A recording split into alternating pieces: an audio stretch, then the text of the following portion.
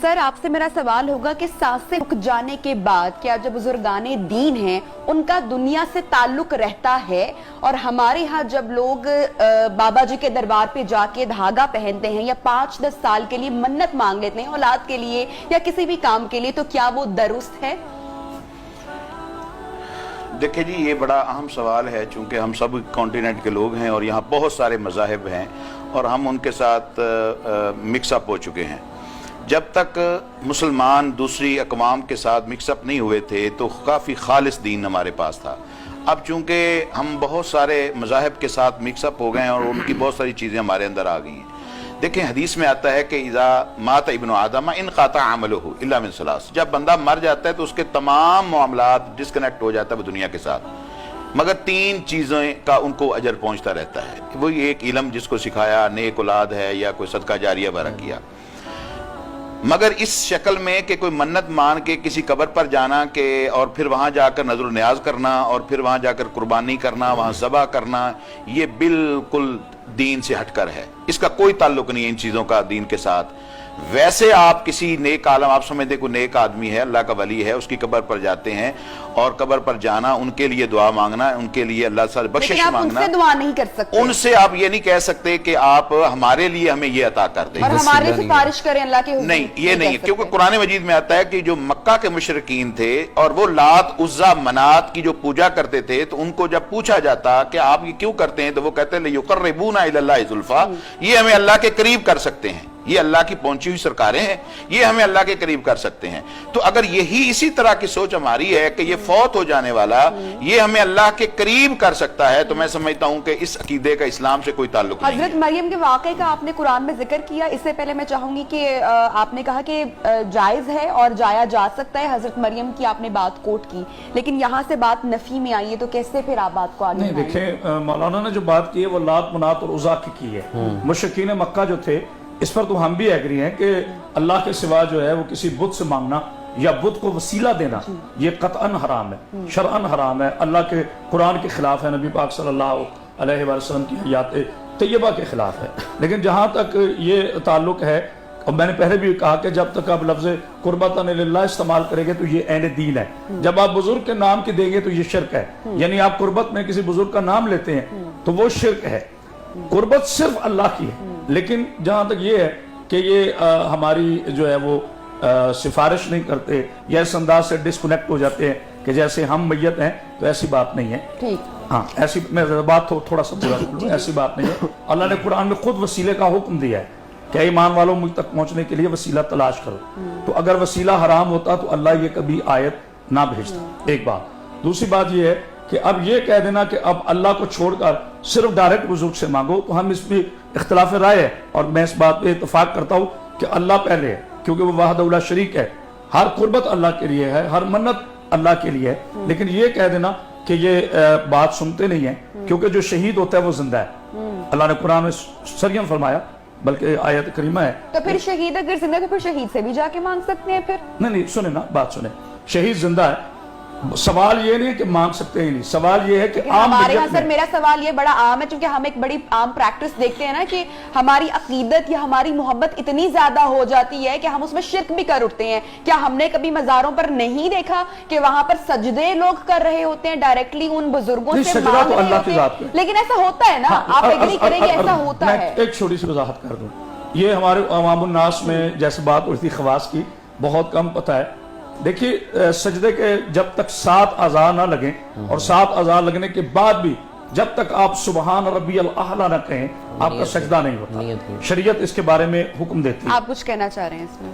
سب سے پہلی چیز جو ہے وہ یہ ہے کہ منت اور نظر کے حوالے سے بات ہو رہی ہے، تو عائشہ رضی اللہ تعالیٰ عنہ کی ایک حدیث ہے، فرماتی ہیں کہ نبی صلی اللہ علیہ وسلم نے یہ بات کہی ہے کہ کوئی شخص منت مانتا ہے، نظر مانتا ہے، تو اگر وہ شاعر اللہ کے خلاف نہیں ہے تو اسے پورا کرے، اور اگر وہ خلاف ہے تو اسے پورا نہ کرے، اس کا کفارہ دے دے، اور جو اس کا نظر کا کفارہ ہے کفارۃ الیمین، وہ قسم کا کفارہ ہی ہے، یہ ایک الگ چیز ہوگی۔ دوسری چیز یہ ہے، صحیح ابو داؤد میں نبی کریم صلی اللہ علیہ وسلم سے ایک صحیح ایک حدیث ملتی ہے کہ ایک شخص آقا علیہ السلام کے پاس آیا اور اس نے آ کے کہا کہ میں نے دور جاہلیت میں اسلام قبول کرنے سے پہلے ایک منت مانی تھی, ایک نظر مانی تھی کہ فلاں جگہ پہ جا کے میں یہ قربانی کروں گا, تو آپ مجھے بتائیے کہ کیا مجھے وہ پورا کرنا ہے؟ تو آقا علیہ السلام نے اسے سوال پوچھے, اسے پوچھا کیا وہاں کبھی میلہ شلہ لگتا؟ اس نے کہا نہیں. کہا لوگ اپنی منتیں نظروں کے لیے وہاں آیا کرتے تھے؟ اسے کہا نہیں. تو پھر اسے اجازت دے دی کہ تو چلا جا کے اپنی منت و نظر پوری کر لے.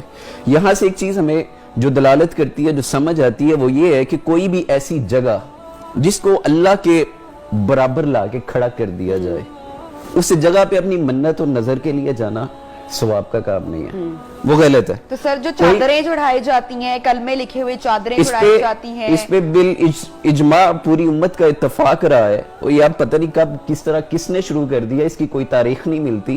اجماع رہا ہے کہ قبروں پہ چادریں چڑھانا, قبروں پہ پھول ڈال دینا, خوشبو لگانا, اور ایون کہ رسول اللہ صلی اللہ علیہ وسلم نے علی المرتضیٰ رضی اللہ تعالیٰ عنہ سے یہ بات کہی تھی کہ علی جا کے جو بھی ایک بلش سے اوپر ملتی ہے اسے ٹھیک کاٹ, اسے زمین کے برابر کر کے واپس آ جاؤ. اس کے پیچھے وجہ یہ تھی کہ اگر قبر کی کوئی افادیت ہوتی تو علی المرتضیٰ رضی اللہ تعالیٰ عنہ سے یہ بات نہ کہی جاتی. پروفیسر صاحب آپ اس میں کچھ ایڈ کرنا چاہ رہے ہیں؟ نظر و نیاز جو کی جاتی ہے, چادریں چڑھائی جاتی ہیں, منتیں مانگی جاتی ہیں, سجدہ کیا جاتا ہے, جاہلیت میں ہی چاہے ہو, لیکن اس کی روک تھام تو ہونی چاہیے. جہاں تک نظر و نیاز کی بات ہے وہ بڑی اچھی علماء نے اس کو ایکسپلین کر دیا ہے. نظر جو جائز کام کے لیے کی جائے اسے پورا کرنا چاہیے, اور نبی صلی اللہ علیہ وسلم کا فرمان ہے کہ یہ کنجوس انسان کے لیے ہے, چونکہ وہ صدقہ زکوٰۃ نہیں دیتا.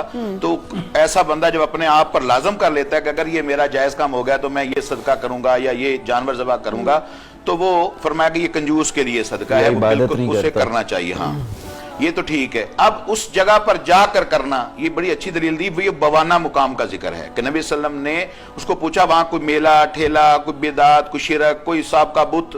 انہوں نے کہا یا رسول اللہ ایسا کچھ نہیں, ایک تاریخی مقام ہے. فرمایا جا اوفے بنظری کا, جا کر اپنے نظر کو پورا کرو. اب رہ گیا قبروں کے اوپر چادریں یا یہ ساری چیزیں. دیکھیں قبروں کا احترام ضروری ہے, قبر کا احترام ضروری ہے. وہاں سے گزریں. حدیث میں آتا ہے کہ السلام علیکم اہل الدیار من المؤمنین والمسلمین وانا انشاءاللہ بکم لاحقون. یہ احترام ضروری, مگر اس احترام میں مقبرہ بھی بنایا جا سکتا ہے. ہاں وہی میں جی, اس کے لیے رسول اللہ صلی اللہ علیہ وسلم کا بڑا واضح آپ صلی اللہ علیہ وسلم کا فرمان ہے. آپ نے فرمایا کہ اللہم لا تجعل قبری عیدا, اے اللہ میری قبر کو میلے ٹھیلے کی جگہ نہ بنانا. اب جب پیغمبر اس بات سے پناہ مانگ رہا ہے کہ یا اللہ میری قبر پر ایسا عمل نہ ہو, تو غیر پیغمبر کے لیے وہ عمل کیسے جائز ہو گیا؟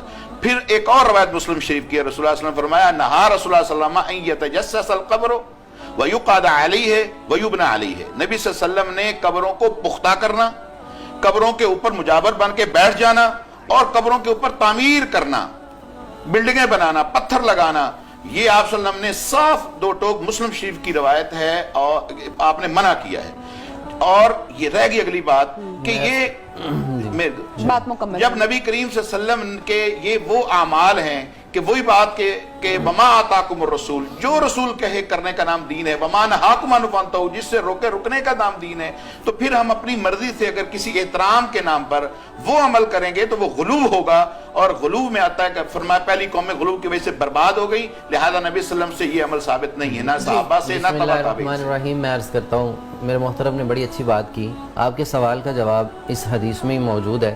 میرا ایک خود خانقاہ سے ایک تعلق ہے. سجدے کی جہاں تک بات ہے, ہم خانقاہوں پہ جاتے بھی ہیں اور مزارات اولیاء سے ہمارا ایک درینہ تعلق ہے. سجدہ تعظیمی ہو یا سجدہ عبادت, ہمارے ہاں دونوں ہی حرام ہیں, پہلی بات. دوسری بات, لا علمی کی وجہ سے اکثر لوگ اس حالت میں جھک جاتے ہیں کہ وہ سجدے کی شبیہ نظر آتی ہے, سجدہ ہوتا نہیں. میں نے بذات خود بہت سے لوگوں کا انٹرویو خود کیا, اور میں جہاں بھی جاتا ہوں میں خود بڑے غصے سے اٹھا دیتا ہوں, یار یہ کیا کر رہے ہو, سجدہ جائز نہیں ہے. سجدے کا تعلق عبادت سے, اور عبادت اللہ کے لیے ہوتی ہے. اللہ نے تجھے ماؤں کے پیٹ سے آزاد پیدا کیا. جی, تم کیوں سجدہ کر رہے ہو اس صاحب مزار کو؟ چادریں جو چڑھائی جاتی ہیں وہ, تو وہ سجدے کا جس سے بھی میں نے پوچھا وہ کہہ رہا واللہ ہم نے سجدہ نہیں کیا. ان کے ادب میں جھک گئے ہیں, ان کا ایک انداز ہے. کلیئرٹی ہے ہی ہمیں کہ سجدہ تو جائز, میرے خیال سے یہ تو کوئی جاہل شخص بھی جانتا ہوگا, لیکن پھر بھی وہ پریکٹس کی جاتی ہے. لیکن چادریں جو ہیں پریکٹس نہیں کی جاتی. میں عرض کرتا ہوں منع بھی کیا جاتا ہے, فوراً کیا بھی جاتا ہے, اور ہر مزار پہ آپ دیکھیے گا ادھر لکھا بھی ہوتا ہے, اوقاف کی جانب سے بھی اب لکھا ہوتا ہے. چادر کا جہاں تک تعلق ہے,